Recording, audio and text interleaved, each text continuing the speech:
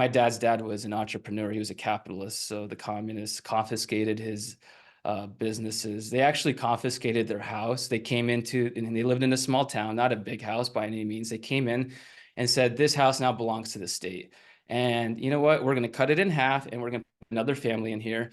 And if you want to stay in the other half of the house, you got to pay the state rent.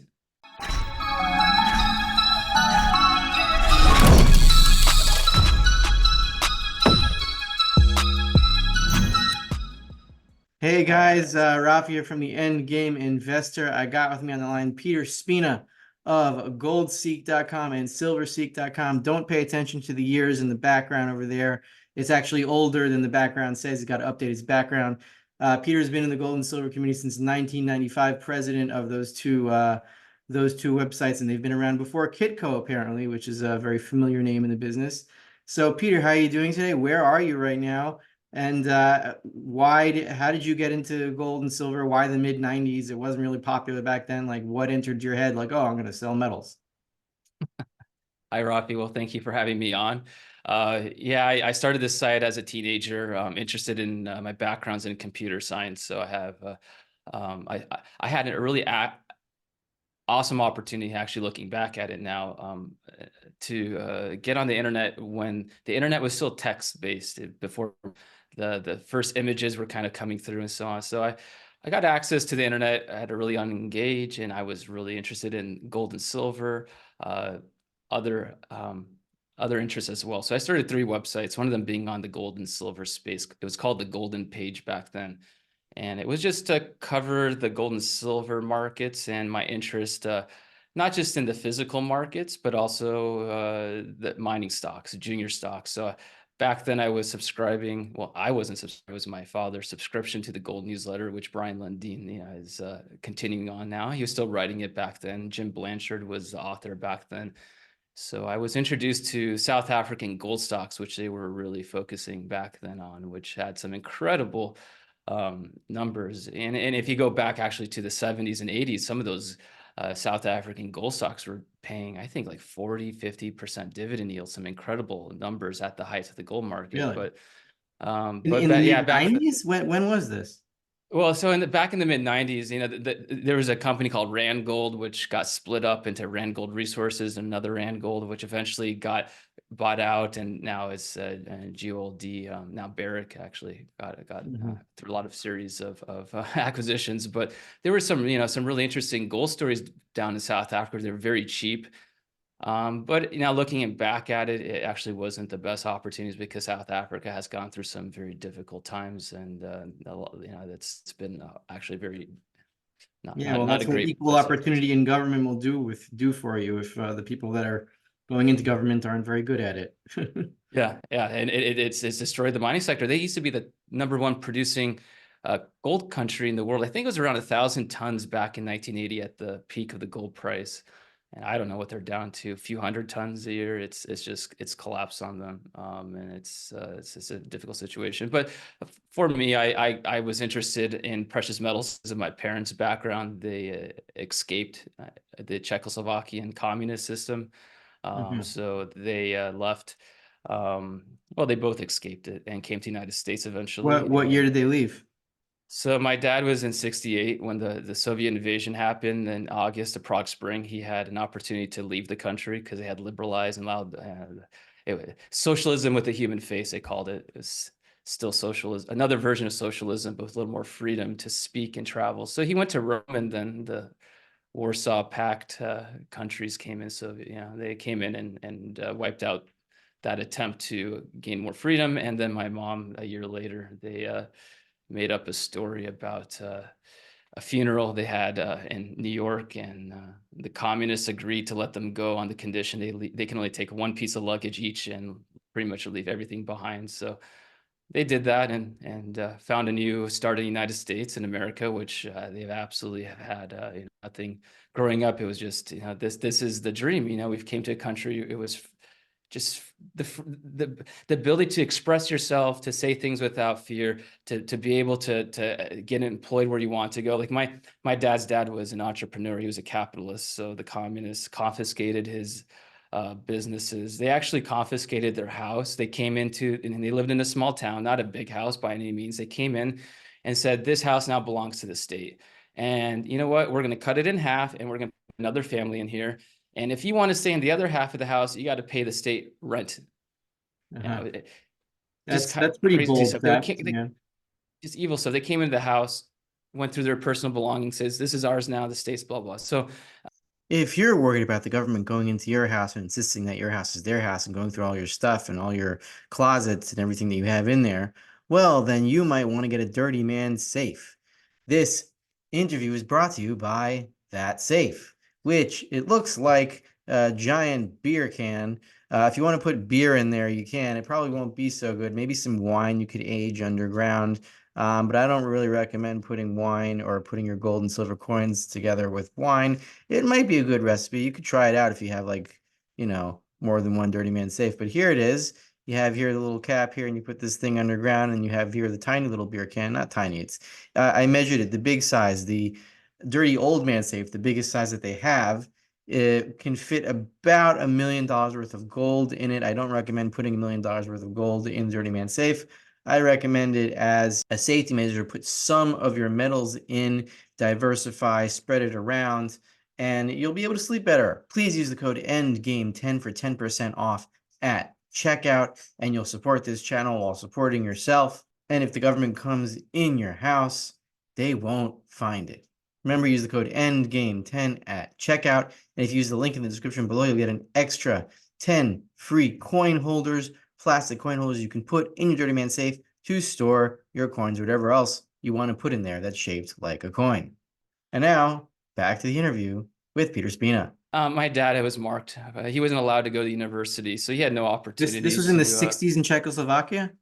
Yeah, in the 50s, the communist era, the communist, it's not, it was, the idealism was to be a communist system. It was a socialist system, but these brutal socialists, they were really, it was the worst was in the 50s here, from what family members tell me. And then it got a little better in the 60s and 70s and so on.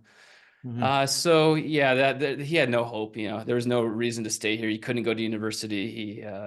The opportunity. There's nothing here really left. So yeah, they escaped. They came to the United States. They got a fresh start. Nobody helped them. They were able to just have the opportunity to work and keep most of their income, and they were very big savers, and they actually retired at a young age relative to a lot of their peers. And America was, for them, it was a dream. Although now in the last 10, 15, 20 years, they've become quite concerned seeing a lot of the trends that have been developing in the United States Yeah, and the you can no parallels longer, well, that you they said you saw. can no longer say anything you want without fear of repercussions. Sometimes you'll say something and you'll be either fired or marked in some way or ostracized or locked down or whatever. And we've been through that. It's getting Yeah. worse.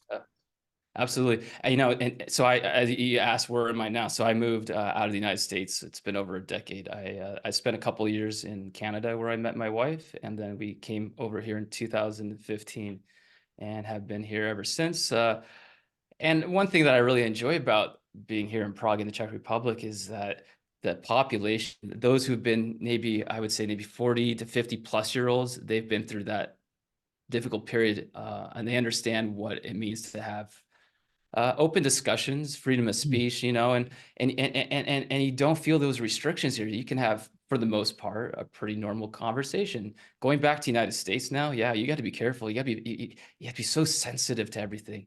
And it's really, it's very unfortunate because people are living more and more in that fear. As a kid, I remember in 1986, I came here. I was very young, didn't really understand much, but as a kid, I remember we flew into Germany, we crossed the border into then Czechoslovakia. And as a kid, I felt the fear. It was just, I was scared. The police state they were harassing us, obviously, because we were visiting, but it was just, everyone was spying, every 10th person was spying on one another. So there was that element of fear. And it is scary to see that, the difference as a kid leaving that system, coming to Germany and the United States. I was like, wow, I really feel free. And now you're seeing the flip happening, where you have to be careful what you say. You're scared what to say.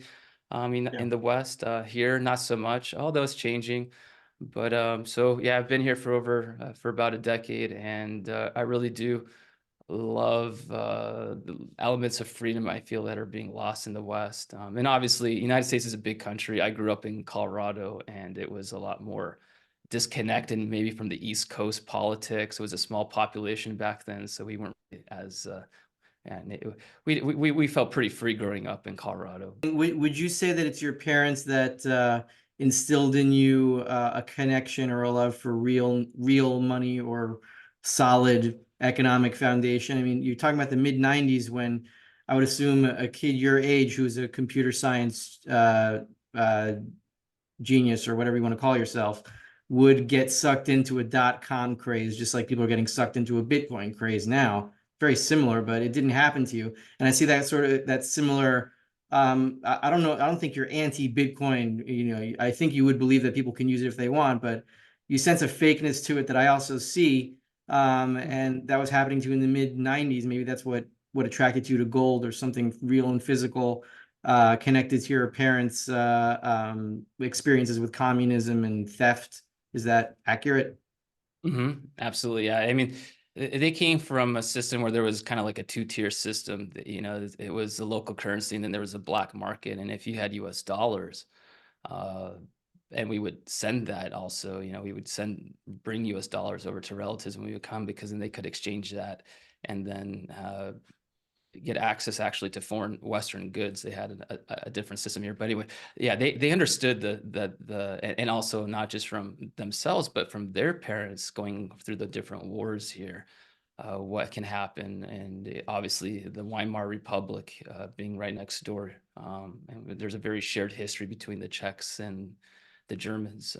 There was a very difficult, period that was through a lot of people lived through. So they understood, they saw firsthand what can happen, that you can all your savings, everything that you've worked hard for can just evaporate in a paper currency thing. So the culture, the tradition of saving in gold and what gold represents as a safety hedge, and having a very conservative mindset. So I think that's a big difference. A lot of people that come from a former communist country, they're very conservative.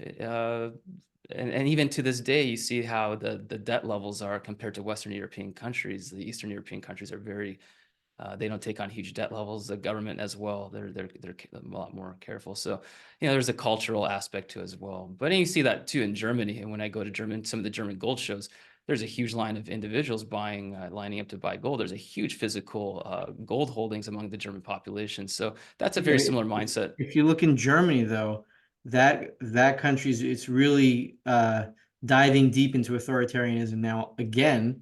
I don't think it's the whole country. It's probably mostly, you know, West Germany, not East Germany, that had more of a communistic experience, but they're Mhm. still they're going in the wrong direction. It's scary, Germany. It is.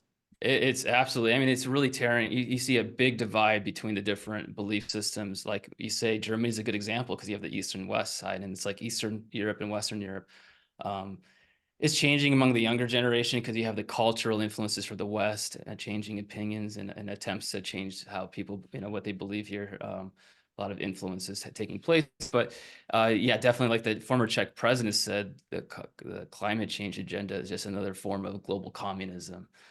So they're very aware of what totalitarian systems, what they're capable of, and how you have to be very sensitive to handing over any of your freedoms, because, like it said, once you give it up, it's very hard to get back. Um, Mhm. but yeah, I mean, going back just to the how I got involved with all this, there was a deficit in the gold market at the bottom. You know, gold was $250, $300 back in the mid to late 90s. Nobody was interested. Everyone was, yeah, going into this tech sector of just the dot-com bubble, and in that mania kind of feeling, which we saw back then, I think is just more amplified today in the Bitcoin side. I did find Bitcoin very interesting. I did get involved early on. I wanted to try it. I wanted to see if it was a potential new concept where you had maybe a merging of this payment network with a currency, and it had an ability to compete with the system.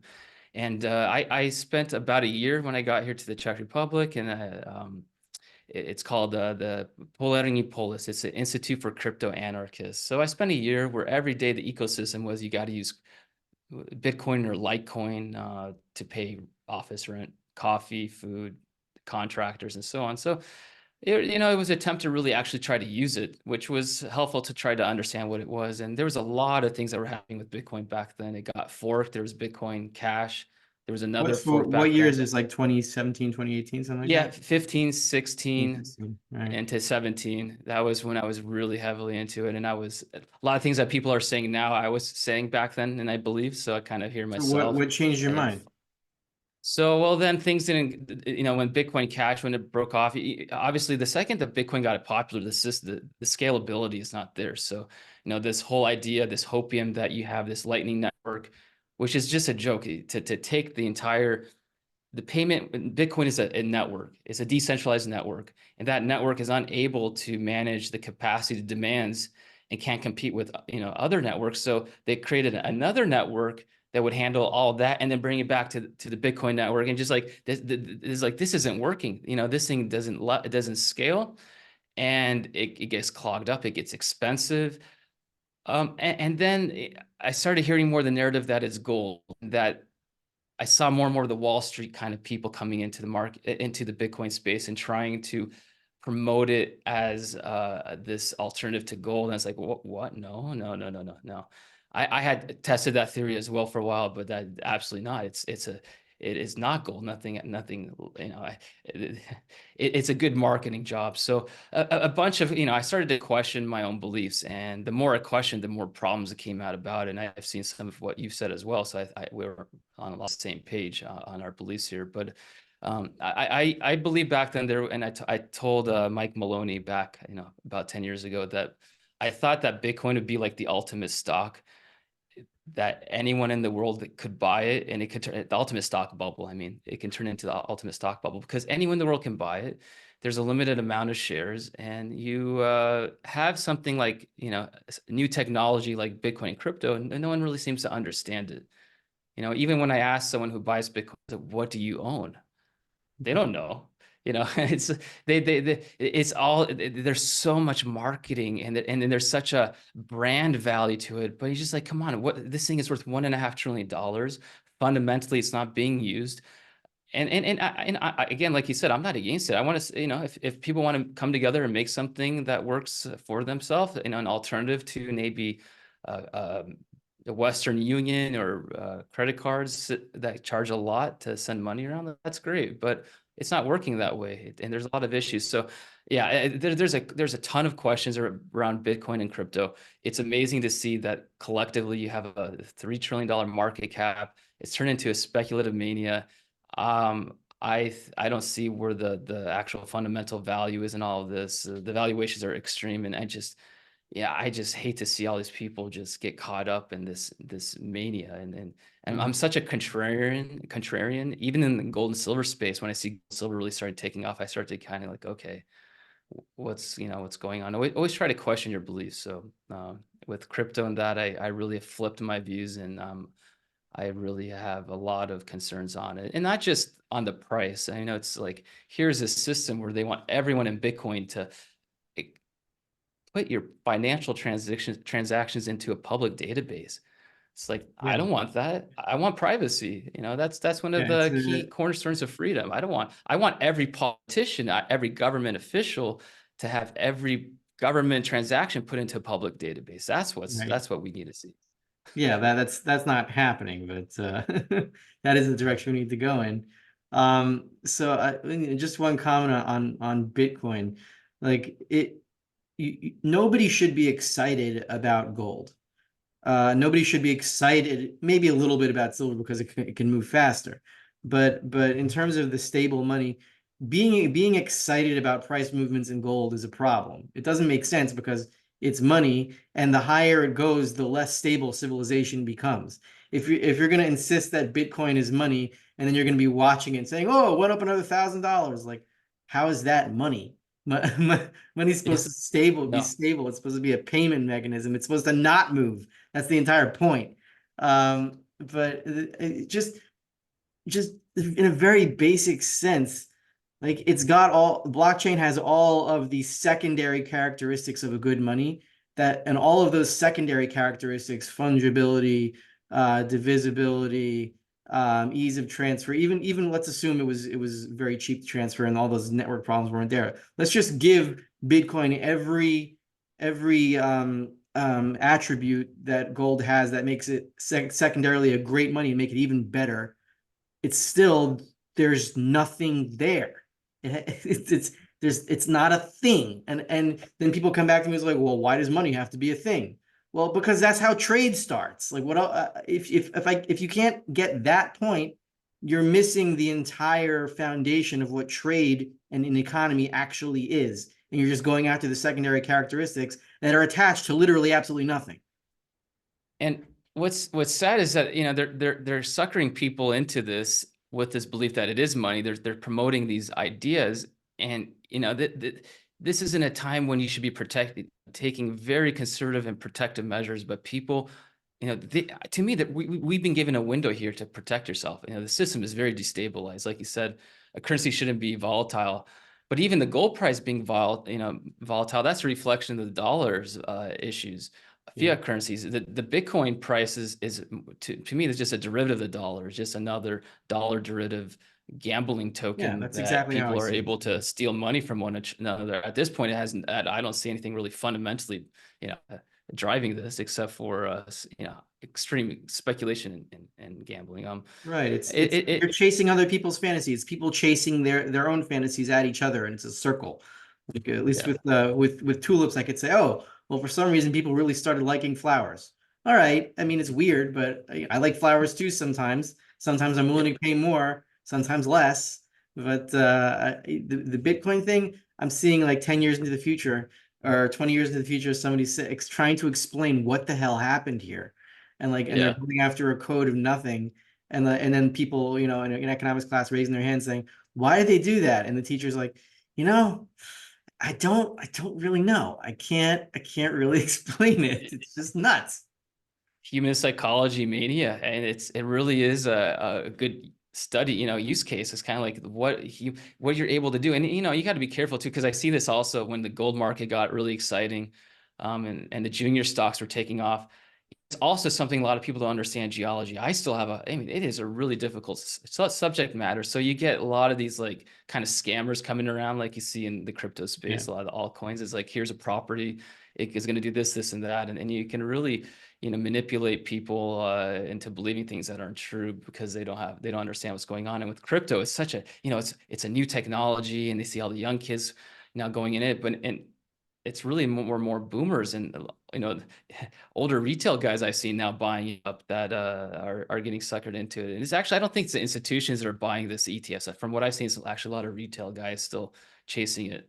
So this can end really badly. Now that they pumped it up again, we saw what it can do if it falls very quickly, the amount of losses that can accumulate quickly, and how it can trigger other problems. And if this is if this is, I think it's actually, I wrote this before, it's like the gold price moving to record highs or the dollar moving to record lows is a warning sign. It's like, stop playing with high risk stocks and crypto and all sorts of risky bubble stuff, because this is something's going on. We don't really understand yet maybe fully what it is. And now that the Bitcoin price is starting to follow, and Nvidia and these hot stocks are starting to turn over, it's like, okay, the good times, this little period again that we've had, is over, and now we have to face some difficult questions. Okay.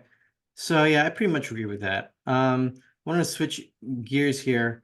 And I bill myself as the end game investor. I have a pretty short time horizon compared to other people. And yeah, I could be wrong. And if I'm wrong, I'm wrong. But I just don't see it any other way. I don't see this system as qualitatively different from any other inflationary system that's ever existed.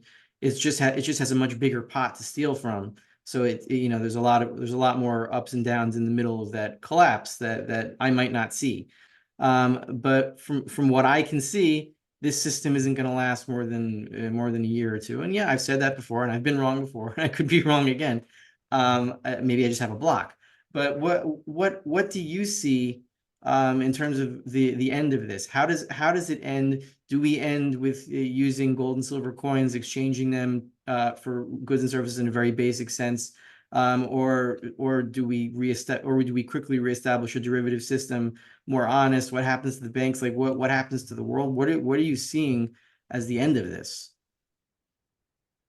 Well, I mean, the powers to be will try to bring in a new derivative and try to maintain control with the new system, replace it with something that's still has, it gives them more control. So I fear that in the moment of chaos, the people will get desperate and ask for more help from the government. And, they'll be happy to use CBDCs if they give free CBDCs to them to buy some very expensive, $50 burger or whatever the heck is, everything, inflation, all this is people, people are living paycheck to paycheck, and yeah, it's very, very fragile. So once this thing starts to really go, it can happen quickly. And I don't disagree. Like it could happen in a year or two.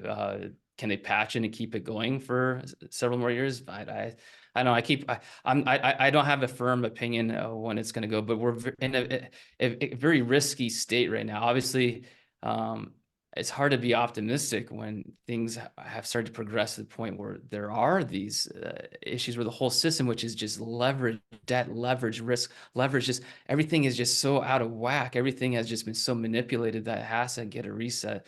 And I think the biggest risk, the biggest factor out there that can change this is that we are in a state of war, that the West and the East, you have the war that started in Ukraine a couple of years ago was more than a proxy war, and now this accelerated the timelines of how the adversaries and enemies of the empire, the U.S. empire, are going to react to this. So you see the de-dollarization in China. You see these moves are taking place to subvert the power of the imperial currencies. So the only way this really does end is when another major superpowers kind of come together to call out this excessive leverage debt system, and they know it. They see our weaknesses. We've built weapons of mass financial destruction that can be triggered in certain ways. But I think with them too, they're not going to get away without paying the price as well. There's going to be pain felt, and you saw it with Russia a couple of years ago. They said, Russia, the West was saying, "Well, Russia is over." They started this war, the sanctions, and everything is just going to collapse. Then, no, the idea back then is like, yeah, okay, we're going to take a couple difficult years of pain, and then we're going to come out of this stronger, while the rest of the world is going to have a couple of years of okay, it'll be okay. And now we'll start to pay the price for what the actions of sanctioning central bank money and weaponizing the dollar and treasury debt and so on. So I think a lot of things are in process, and it's a war that's not just, again, it's not a proxy war. This is a monetary financial war between the West and the East, and it's getting heated. So it, boy, I don't see anything backing down. It's just getting more and more intense, and I think it's going to get to a point where something's going to have to be done to resolve this. And you're seeing more and more discussions that the debt levels are unmanageable, but nothing's being done to change it in the West. So it's just like, I don't know, it just feels like insane to me. It just seems like, if we really wanted to prevent a disaster, we would take some severe, painful consequences, moves and reduce our spending, try to get our financial houses in order, but nothing's happening. It's just going the opposite. So yeah, this is just like a reckless train now. And it just seems like it's just about to just totally go off the rails and crash. So Yeah, it doesn't seem like anybody's really in charge. I mean, no, there are obvious puppets that are not in charge, but even the people behind them, or the people behind Biden, the people behind Netanyahu, the people behind all these people that are messing everything up. I don't know if anyone's behind Putin or not, but the problem is I don't think there's any one sect or one group of people that's behind any of this. I just think we're pawns in a world war between warlords who have their own petty little interests, and nobody's interested in the big picture. There's no statesman, there's no leadership anywhere in any country. It's just selfish interests and people trying to make as much and do as well as they can for themselves. And yeah, there's the idea.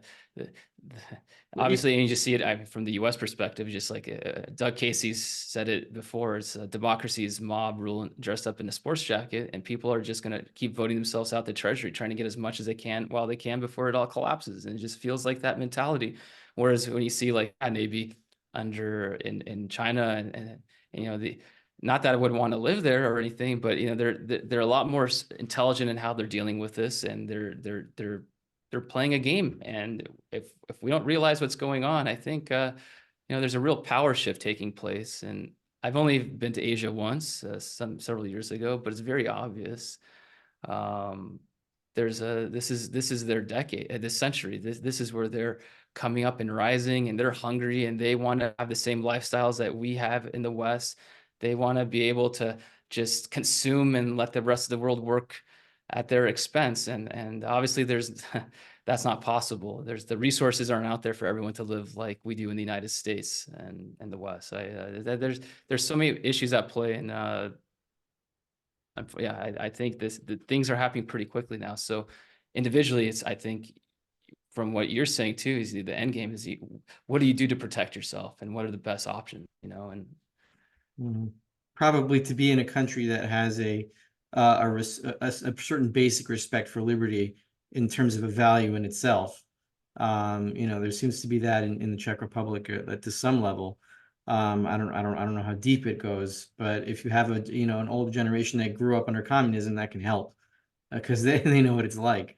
yeah. What I think what you're describing here is warring interests, people who just want to vote themselves a piece of the pie from the public trough. I think that's the kind of society that just naturally springs forth from zero interest rates for 10, 20 years. I mean, you train people to have very, very high time preference and to not really plan for the future because they can't, because interest rates are so low and they just want to consume. So you have an entire society of people who just want to consume and have no interest in building for the future. And this is the kind of world we built. And when the monetary system collapses, it's gonna kill a lot of people. It's going to starve a lot of people. But then the people that survive it will, be telling their kids exactly what your parents told you when they escaped Czechoslovakia and made it to the United States, and will hopefully, grow a new stock of good people that can bring the next generation through in some level of sanity, we hope. Yeah, yeah. I think that's right. You have to kind of repeat the difficult cycle to relearn the lesson, unfortunately, because it's gotten lost. Yeah. And I think that's one thing that I think is quite interesting is the influence of cheap credit policies on the culture and how people's behavior and in this overconsumption mentality that's been fed by government overspending and Federal Reserve pumping these cheap rates and these bubbles is such a huge cheapening of values because people don't appreciate their things. They don't care. What I really appreciate about my grandmother when I had the time to meet her under communism and after communism is like they went through such difficult times, and not just my grandmother, so many people from our grandparents' generation, and they really respected and appreciated things. It's almost like it's a spiritual thing as well. To not respect and appreciate your things it's very bad as well to have this mentality, and I think that's pretty pervasive right now. So in some ways, difficult times do help to reset those things. Not that I want anyone to go through difficult times, but maybe as society and culture on the whole need a reset in values because we've lost perspective and just watching the culture in the West. I just like, hey, I don't know.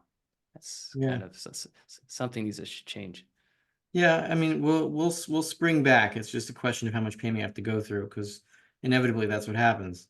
And the last thing I want to ask you is, what do GoldSeek and SilverSeek offer? What are you trying to accomplish? What's your angle here in this space? What are you trying to do? So yeah, the site I started it as a hobby in 1995, following the sector because I got this idea that gold and silver was really undervalued at the time because of the dynamics in the market, and that gold and silver, what they represent as honest money, should always be supported. And watching what was happening in the United States with the deficit spending and so on, it was quite interesting to look back in the mid 90s to see where things were at and where things are now, because things look like they were becoming problematic with trillions of dollars in debt, and now we do that in a year. So the site was created to cover these issues, and I do think, CNBC and all these other mainstream media organizations for not covering the sector, because that kind of led me to create a platform to allow others to submit their opinions on the gold market, because they were not being allowed on CNBC. It was a joke. It was a barbaric metal. They were just laughing it down, which is, from a psychology perspective, is always a good sign that you're at the bottom of the market, or, in Bitcoin's case, where Bitcoin does everything, so buy it because it's going to $10 million. That What does Peter Schiff call that CNBC crypto news Bitcoin? Is it still that? I don't watch it. I don't know what's going Oh, on. I turned it off. Yeah, about 20 years ago. I used to watch CNBC religiously for like 10 years, and then I had to stop it. They have so many manipulations, even like psychological. You listen to it, and they have, they switch the imagery back and forth, and they use a rattlesnake audio in the background to get your instinctual fears to pay attention and stuff. All There's right. so many. Sorry, yeah, the Yeah, we're psychological. all Pavlov's dog here. That's the Yeah, problem. exactly. So, I wanted to create a platform, and the golden page became goldseek.com in the late 90s. And so we have a lot of different authors on there. And we've had you on there as well with your different interviews to get that different views out there. And I don't agree with all the views on GoldSeek, but the idea is to have, if you have a good idea, a well-established opinion, you have supporting evidence, whatever, make it. And let's get a platform where people can share this. So that's how the site started. It did launch right before Keiko started. I did, I was early on with Kitco, and there was a couple other sites out there from early on. So my interest back then was also investing in junior stocks. So that's where I have most of my interest, is investing in release early stage to a little bit more developed stage junior companies. I've helped them locate capital, and also just help communicate their stories to the public, and help them in different ways. But the site itself it's a free access site. We do have some companies that help to sponsor to cover the bills. But for me, my main interest in the way I end up making money or losing money is investing. And I've gone through a few big cycles in this sector. I Mhm. do have a pretty strong conviction now that this is one of the better opportunities, if not the best opportunities, since I've started watching this. So I think it's one of the rare opportunities to get into something before it really starts to move. So we've had a gold price that's broken to record highs, but a lot of these mining stocks and junior stocks haven't really moved yet. So that's what I'm really focusing right now on, is the opportunities in that side of the sector.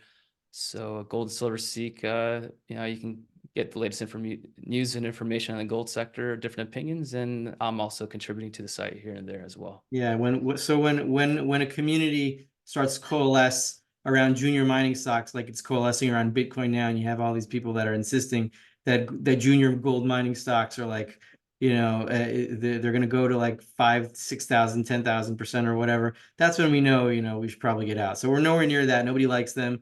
Yeah, I agree with you that you got to be very careful with these things, and only listen to people that you trust and that you know. Um, God knows there's a bunch of pump and dump in junior mining stocks. You got to know the red flags and stay away from them. And I don't have anything to do with that. But yeah, I can't disagree that if you know what you're doing, and you understand the companies that you're investing in, not all of them will succeed, but the ones that do, that will hit really, really big. You nailed it there. I think the number one thing in investing in any of these companies is the management. So invest with quality. You reduce a lot of the risk, because it is extremely risky a sector, and it is difficult to, for a company to explore and find a project. And the ones who do can do very well, but it's not an easy game, and it really is something probably for most people, it's not really it's not an investment, it's a speculation. So if you want to invest and secure your wealth, you go into physical metals, and Mhm. and definitely this larger companies offer more safety and so on. But yeah, there's still risk, and that's what's the beauty of physical. It's just the risk factors are just so reduced. Really don't have to worry about all these other things. So, and for me personally, I think the ultimate goal is to leverage the gains in the gold and silver stock. So if you can do that, which hasn't been the case, but if you can do that in this next cycle, you secure your winnings with something real. put it back in the physical metals. And when the physical metals start to get in a relative basis over, too pricey, then you have to find other assets Mhm. to get into. And let's not get married to, emotionally attached to any of this stuff, because you see that with crypto. You get blinded by the greed, and you don't, when you should be taking profits and scaling out of position. No, you just keep hodling or hodling or whatever they call it, and Yeah, just that's such a beautiful, from a boiler room perspective. Just buy one, don't sell. It's going, selling people on stuff they don't understand. It just, crypto stuff just gets me. Just like the people, I don't care if you buy crypto, but at least know what you're buying and understand the extreme risks you're getting into. yeah, And I'm not going to ever say that junior mining stocks don't have this, have a lot of risks to it too. So let's be honest with, the risks and not just the reward. yeah. So the about hodling, I don't know how many Bitcoin people know this, but like the whole nomenclature of hodling, I think it comes from some guy in a ch- in a forum or a chat room who was drunk at the time and he couldn't type. And he's like, "Oh, I'm just Yeah. hodling." And he meant hold. And that specifically that drunken typing was the thing that hooked on. It really tells you about the quality of the people that are really pushing this narrative, and it's not that great. I mean, Sam Bankman-Fried, I don't want to have anything to do with anything that he's had anything to do with a 10-foot pole. So Yeah.